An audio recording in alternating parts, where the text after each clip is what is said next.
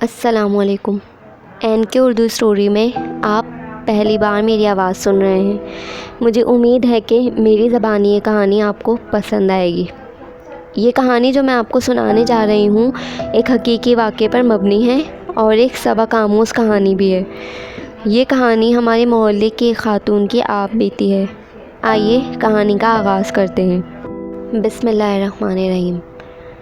کبھی کبھی انسان کا ایک غلط فیصلہ پوری زندگی پر اثر انداز ہوتا ہے اور پوری زندگی کو بدل کر رکھ دیتا ہے۔ میں نے چابی سے گھر کا لاک کھولا اور پہلا قدم رکھا تو میری آنکھوں سے آنسو جاری ہو گئے۔ 10 سال کا عرصہ بہت طویل عرصہ ہوتا ہے۔ 10 سال بعد میں نے اپنے ذاتی گھر میں قدم رکھا تھا، ہمارا اپنا گھر۔ میرے آنسو میرے رخساروں کو بھگوتے جا رہے تھے۔ پورے 10 سال میری آنکھوں کے سامنے گھوم گئے۔ یہ 1985 کی بات ہے۔ ہم لوگ کراچی کے علاقے کورنگی میں رہائش پذیر تھے۔ ہمارا 120 گز کا مکان تھا۔ مکان میں ہی ابو نے دکان بنائی ہوئی تھی۔ ہمارے مکان میں 2 دکانیں تھیں، ایک میں ابو کپڑے کا کام کرتے اور دوسرے کا معقول کرایہ آتا تھا۔ ہماری گزر بسر اچھی ہو رہی تھی۔ خاندان میں ہم اچھے خاصے کھاتے پیتے مشہور تھے۔ ہم 3 بہنیں اور 2 بھائی ہیں۔ بہنوں میں سب سے بڑی ہوں، میرا نام صفیہ ہے۔ مجھ سے چھوٹی 2 بہنیں سریہ اور مہوش ہیں۔ کافی عرصے اور دعاؤں کے بعد ہمارے گھر 2 بھائی ہوئے جس کی ابو نے بہت خوشیاں منائیں۔ میرے دونوں بھائی ہم بہنوں سے عمر میں بہت چھوٹے ہیں۔ والد صاحب کے کام میں کوئی ہاتھ بٹانے والا نہیں تھا۔ بہت دفعہ ابو نے دکان پر ملازم رکھے، لیکن ابو کی غیر موجودگی میں اکثر دکان پر کبھی روپے چوری ہو جاتے اور کبھی کپڑا چوری ہو جاتا۔ ابو کو اس بات سے بہت دکھ ہوتا۔ وہ ملازم نکال دیتے اور دوسرے ملازم رکھ لیتے، لیکن کوئی فرق نہ پڑتا۔ اس لیے ابو بہت دل برداشتہ ہو جاتے اور ابو کہتے کاش میرے بیٹے بڑے ہوتے تو میرا ہاتھ بٹاتے، مجھے دوسروں کی محتاجی نہ ہوتی، کیونکہ ابو سے اب زیادہ دیر دکان پر نہیں بیٹھا جاتا تھا، اس لیے ملازم رکھنا مجبوری تھی۔ ہم لوگ شروع سے ہی کورنگی میں رہے۔ ابو جب انڈیا سے ہجرت کر کے پاکستان آئے تو انہوں نے کراچی کا شہر انتخاب کیا، اور جب کورنگی آباد ہوا تو شروع میں ہی ابو نے مکان لے لیا تھا۔ اس طرح ہم سب بہن بھائیوں کی پیدائش اسی ہی مکان میں ہوئی تھی۔ دکاندار ہونے کی وجہ سے علاقے کے تقریباً سبھی لوگوں سے ابو کی اچھی واقفیت تھی اور ابو کے دوستوں کی تعداد بھی اچھی خاصی تھی۔ 80 کی دہائی میں کچھ کمپنیاں کھلی تھیں جو لوگوں کے روپے کمپنی میں جمع کر کے انہیں بھاری منافع کا لالچ دے رہی تھی۔ ابو کے ایک قریبی دوست تھے، انہوں نے بتایا کہ کمپنی میں روپے جمع کراؤ تو 5 سال میں روپے ڈبل ہو جائیں گے۔ مزید بتایا جتنے زیادہ روپے ہوں گے ہر مہینے منافع بھی الگ ملتا رہے گا۔ والد کے دوست نے مزید بتایا کہ تمہاری لڑکیاں بھی جوان ہو رہی ہیں، ان کی شادیوں کا ٹائم بھی جلد آ جائے گا، کمپنیاں منافع اچھا دے رہی ہیں، تمہارے پیسے بھی محفوظ ہو جائیں گے، اور جب 5 سال بعد تمہارے لڑکے بڑے ہو جائیں گے جب تک تمہارے پیسے بھی ڈبل ہو جائیں گے۔ پہلے تو والد صاحب نے ان کی بات سنی انسنی کر دی، لیکن دکان پر کوئی بھروسے والا ملازم نہیں مل رہا تھا۔ دکان پر والد کی غیر موجودگی میں سیل بھی کم ہوتی اور روپے اور کپڑا بھی الگ چوری ہوتا۔ والد اکثر ان باتوں کا ذکر گھر پر کرتے۔ میرے والد اکثر دل برداشتہ رہتے، کہتے کاش میرے لڑکے بڑے ہوتے تو میری دکان سنبھال لیتے۔ وہ اب اکثر بیمار رہنے لگے اور چڑچڑے ہو گئے۔ میں سمجھدار تھی اور میری بہنیں بھی۔ والد کا چڑچڑاپن کس وجہ سے تھا ہم سمجھتے تھے۔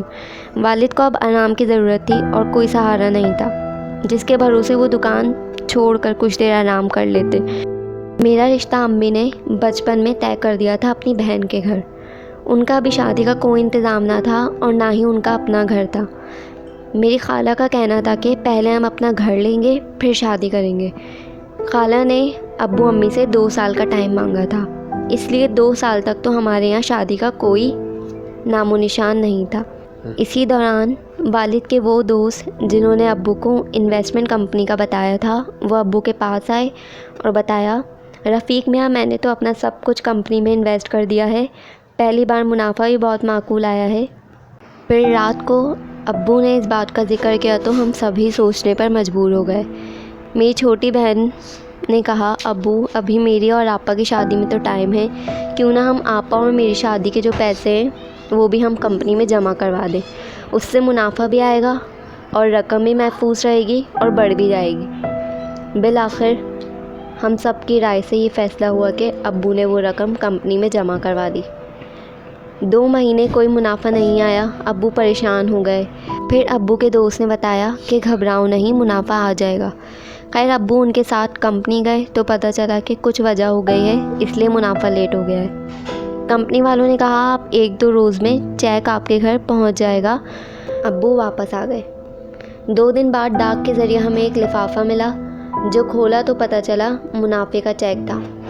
منافع اتنا معقول تھا کہ ابو سمیت ہم سبھی خوش ہو گئے۔ پھر ایک دن میری خالہ آئیں تو امی نے ان سے بھی ذکر کیا، وہ بھی خوش ہو گئیں اور کہا کاش ہمارے پاس بھی پیسے جمع ہوتے تو ہم بھی کمپنی میں جمع کروا دیتے، لیکن ہماری تو ساری کمائی کمیٹیاں بھرنے میں ہی چلی جاتی ہیں۔ امی نے انہیں دلاسا دیا کہ آپا وہ بھی تو جمع ہی ہو رہے ہیں، مل ہی جائیں گے۔ پھر 3 مہینے ہو گئے، کمپنی سے کوئی منافع کا چیک نہیں آیا۔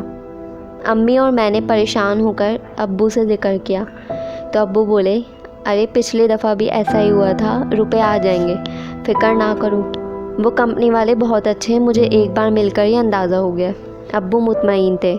دوسرے دن ہی ہمیں جو چیک موصول ہوا وہ 3 مہینے کا منافع تھا اور زیادہ تھا، اور اس کے ساتھ ایک لیٹر بھی تھا جس میں لکھا تھا اس دفعہ منافع زیادہ ہوا ہے، اس لیے آپ کو بھی زیادہ منافع ملا ہے۔ ہم سب بہت خوش تھے کیونکہ ابو کی جان پہچان بہت تھی۔ ابو نے نیکی کی نیت سے اپنے کچھ دوستوں کی رقم بھی اپنی ہی ذمہ داری پر کمپنی میں انویسٹ کروا دی اور یہ بھی کہا کچھ ہوگا تو میں ذمہ دار ہوں تمہیں رقم واپس کرنے کا۔ اس طرح سے دن گزرتے رہے، کبھی کمپنی سے منافع دیر میں آتا اور کبھی جلدی، لیکن آتا ضرور۔ میری خالہ کی کمیٹی کھلی تو ابو نے میرے ہونے والی ساس یعنی خالہ سے کہا تم بھی اپنے روپے کمپنی میں جمع کروا دو، اس طرح تمہارے پیسے بھی ڈبل ہو جائیں گے۔ خالہ نے کہا لیکن بھائی صاحب اس کمیٹی سے تو ہم لوگ مکان لیں گے اور مکان کے بعد ہی آپ کی بیٹی میری بہو بنے گی۔ ابو نے کہا شادی کی اتنی جلدی کیا ہے، گھر کی اور آپس کی بات ہے، شادی کو 2 سال اور آگے بڑھا دیتے ہیں، ویسے بھی ابھی بچوں کی عمریں ہی کون سی نکلی جا رہی ہیں۔ اچھا ہے پیسے ڈبل ہو جائیں گے تو اور اچھا بڑا مکان لے لینا، ہمارے بچوں ہی کا مستقبل اور بہتر ہو جائے گا۔ خالہ کی بھی بات سمجھ میں آ گئی، انہوں نے اپنے گھر پر مشورہ کیا اور مکان کے پیسے کمپنی میں جمع کروا دی۔ میری شادی 2 سال اور آگے بڑھ گئی، بس ادھر ہی سے ہمارا برا وقت شروع ہو گیا۔ پہلے کمپنی نے منافع کے چیک دینے میں تاخیر شروع کی۔ لوگ ابو کے پاس آتے، ابو انہیں تسلیاں دیتے اور واپس بھیج دیتے۔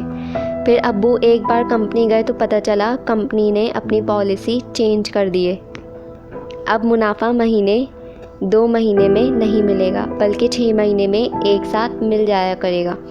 ابو ادھر سے مطمئن ہو کر آ گئے۔ پھر اس کے بعد ایک چیک اور ملا، اس میں منافع کم تھا، ساتھ میں ایک لیٹر بھی تھا جس میں لکھا تھا اس سال کمپنی کو منافع کم ہوا ہے، اس لیے منافع کی شرح بھی کم ہے۔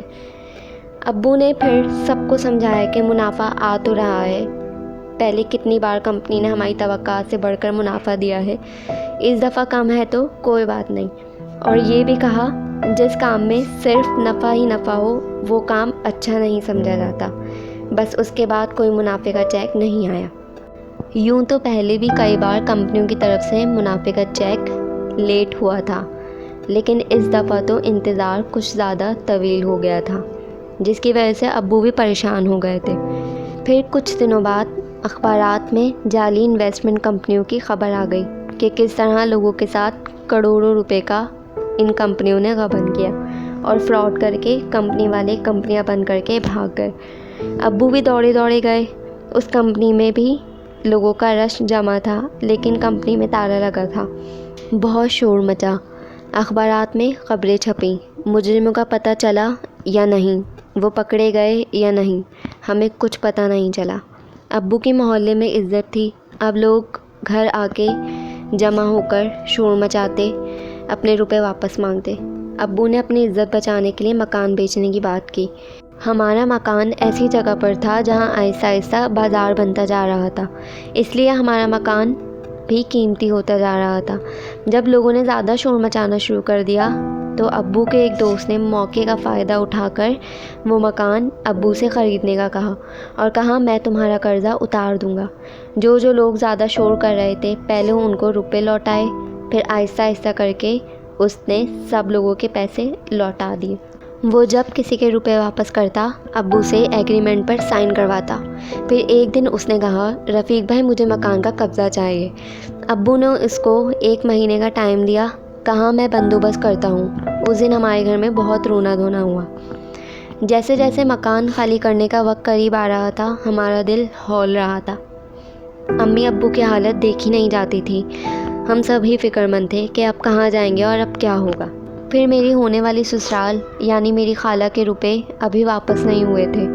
ان لوگوں سے بھی ہماری بات خراب ہو گئی اور میرا رشتہ جو بچپن سے لگا تھا وہ ٹوٹ گیا۔ ہمیں بھی اپنی خالہ کی پریشانی کا احساس تھا کیونکہ انہوں نے اپنی پوری زندگی کرائے کے مکان میں گزار دی۔ اب اللہ اللہ کر کے ان کا مکان بن جاتا تو ابو کے کہنے میں آ کر انہوں نے مکان کے پیسے کمپنی میں جمع کروا دیے تھے۔ تو اس وقت مکانوں کی قیمت اتنی زیادہ نہیں تھی، پھر بھی اگر 1 لاکھ کا مکان تھا تو لوگوں کے پاس وہ 1 لاکھ بھی نہیں ہوتے تھے۔ مکان بنانا ہمیشہ سے ہی ایک بڑا اور ایک اہم مسئلہ رہا ہے۔ خیر ابو کی بہنیں اور بھائی سب نارتھ کراچی میں آباد تھے۔ ابو نے ادھر ہی جانے کا فیصلہ کیا۔ پھر وہ وقت آ گیا جب ہمیں مکان خالی کرنا پڑا۔ وہ مکان جسے ابو نے بڑی چاہت سے بنایا تھا، وہ مکان جس میں ہم بہن بھائیوں نے آنکھ کھولی، وہ مکان جس کے آنگن میں ہم کھیل کر بڑے ہوئے، وہ مکان جس کے در و دیوار ہم سے اور ہم ان سے مانوس تھے۔ وہ مکان چھوڑتے ہوئے ہمارے آنسو نہیں تھم رہے تھے۔ خیر ہم فی الحال اپنے تایا کے گھر نارتھ کراچی کے علاقے میں شفٹ ہو گئے۔ تایا نے عارضی طور پر ہمیں اوپر کا پورشن دے دیا تھا کیونکہ پاس کچھ بھی جمع پونجی نہیں بچی تھی، اس لیے ابو بیمار ہونے کے باوجود کام کی تلاش میں نکل جاتے۔ کچھ دنوں میں ابو کو ایک کپڑے کی دکان پر نوکری مل گئی۔ اس دن بھی ہم لوگ خوب روئے، کہاں ہماری اتنی بڑی کپڑے کی دکان تھی اور اب یہ وقت آ گیا کہ ابو کسی اور کی دکان پر کم تنخواہ پر کام کرنے پر مجبور تھے۔ ان سے تو اب زیادہ دیر اپنی دکان پر بھی نہیں بیٹھا جاتا تھا، اب 12 گھنٹے کی نوکری کر رہے تھے۔ ہر وقت استغفار پڑھتے رہتے اور کہتے مجھ سے کیا غلطی ہو گئی ہے اور اس عمر میں یہ سب کیا دیکھنا پڑ رہا ہے۔ کچھ دنوں تو تایا تائی نے ہمیں بہت عزت دی، لیکن اس کے بعد ہمیں احساس ہوا کہ ہمیں الگ کرائے کا مکان لینا چاہیے، ورنہ مزید کچھ دنوں میں ہمارے تایا سے بات خراب ہو جاتی۔ اس لیے ابو نے تایا سے کہہ کر الگ 2 کمروں کا مکان کرائے پر لے لیا۔ ابو کی قلیل تنخواہ میں گزارا بہت مشکل تھا۔ ہم بہن بھائیوں کی تعلیم کا سلسلہ تو پہلے ہی ٹوٹ چکا تھا اور کوئی امید بھی نہیں تھی اسکول میں داخلے کی، اس لیے چھوٹے سے بڑے بھائی کو امی نے محلے میں بنے ہینڈ ایمبرائڈری کے کارخانے میں کام پر بھیج دیا اور ہم بہنوں نے بھی گیٹ پر ٹیوشن سینٹر کا بورڈ لگا دیا۔ 2-4 بچے بھی آنے لگے اور ہم انہیں ٹیوشن پڑھانے لگے۔ میرا بھائی جو کام سیکھنے گیا تھا اس کا استاد بھی اسے 200 روپے ہفتہ دینے لگا۔ یہ زری موتی نگ ریشم وغیرہ کا کام کرتے تھے۔ میں اکثر کھڑکی سے دیکھتی میرا چھوٹا بھائی ایک فریم میں لگے کپڑے کو مختلف گھروں میں کبھی دے کر آ رہا ہوتا تو کبھی لے کر آ رہا ہوتا۔ ایک دن میں نے اپنے بھائی سے پوچھا فہیم تم کیا فریم لے کر ادھر سے ادھر جاتے ہو؟ پہلے تو وہ ہنسا، پھر کہا آپی اسے فریم نہیں اڈا کہتے ہیں، اڈا۔ اچھا اڈا کہتے ہیں تو تم کیوں لے کر جاتے ہو؟ باجی میرے استاد اور ان کے کاریگر ریشم وغیرہ لگا کر اڈا لوگوں کے گھر بھیج دیتے ہیں، اس میں عورتیں گھر میں نگ موتی پھول وغیرہ ٹانگ دیتی ہیں۔ اس نے مزید بتایا ان عورتوں کے بھی 1000-1500 ہفتہ بن جاتا ہے باجی، اب تو میں بھی ٹانگ لیتا ہوں نگ وغیرہ۔ اچھا، میں نے حیرت سے کہا تو کیا ہم بھی یہ کام کر سکتے ہیں گھر میں؟ ہاں باجی زیادہ مشکل کام نہیں ہے، میں استاد سے بات کروں؟ ہاں کر کے دیکھنا، میں نے کہا ہم لوگ بھی کام کریں گے۔ اس طرح گھر میں ہی ہمارے یہ نئے کام کا آغاز ہو گیا۔ میرا چھوٹا بھائی گھر میں ہمیں کام لاتا رہتا اور ہم بہنیں رات کو 2-2:30 بجے تک کام کرتے اور FM ریڈیو پر سن کر انجوائے کرتے۔ امی گھر کا کام کر دیتی۔ ہم 3 بہنیں تھیں۔ تھوڑے دنوں میں ہمارا ہاتھ کام کرنے میں تیز ہو گیا اور ہمارے گھر سے زیادہ کام تیار ہو کر جانے لگا اور ہمیں ہفتے میں اچھا خاصی پیسے مل جاتے۔ ہم نے کمیٹیاں بھی ڈال دی تھیں۔ ابو جو تنخواہ لاتے اور میرا بھائی جس کے پیسے اس کے استاد نے بڑھا دیے تھے، اس سے گھر کا خرچہ چل جاتا اور ہم بہنیں جو کام کرتے اس سے کمیٹیاں بھر دیتے۔ اب ہماری خاصی معقول آمدنی ہو گئی تھی۔ میری خالہ کے گھر سے رشتہ ٹوٹ چکا تھا اور میرا منگیتر جسے میں بچپن سے پسند کرتی تھی اس کی اچھی جاب لگ گئی تھی۔ وہ بے گھرے بھی ہمارے ابو کی غلطی کی وجہ سے آج تک بے گھر تھے۔